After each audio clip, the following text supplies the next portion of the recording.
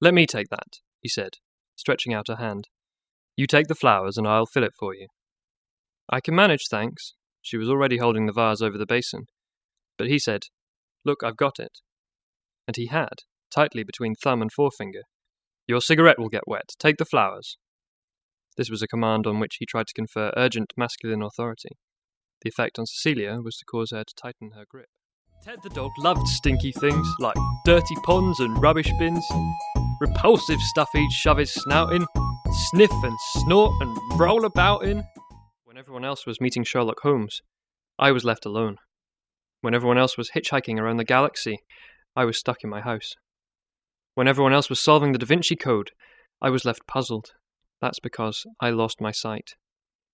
RNIB Talking Books can bring the pleasure of reading back to someone like me. Sadly, right now, fewer than 1 in 20 titles are available as talking books. Please donate today to help RNIB provide more. Go to www.rnib.org.uk to help someone find their life again. I'm actually very irritated, you know. I find it very irritating. I find it childish. I find it over the top and aggressive. Very aggressive, actually, because you know what it says to me, Lisa. Because by all means, don't speak to the world. Go right ahead. But with me, it says, I include you with everyone else.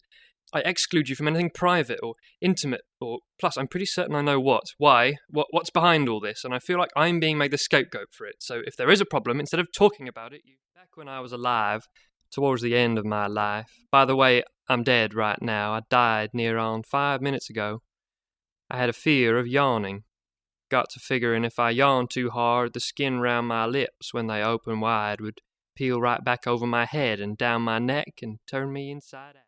Day 2. Still no sign of boats or shore or similar. Hungry. I'm sure things will begin to look up soon. Perhaps I should start writing a little smaller, just in case. Day 58. Weather same. Sunburn same. Caught 3 monster munch and an apple. Relative feast. Celebrating by singing national anthem at top of voice. Or perhaps it's someone else's national anthem. Or perhaps it's Bowie. Seems unlike his usual fare. IT workers, you've spent the day toiling on stained carpets, routing cables and building server stacks. Now you start to crave the dusty bar stool and cool, crisp strongbow that await. But brothers, your work is not done. You must raise your walls of fire and rescue the girls and accounts from spyware and viruses. IT workers, your time will come! Bow time, hard-earned.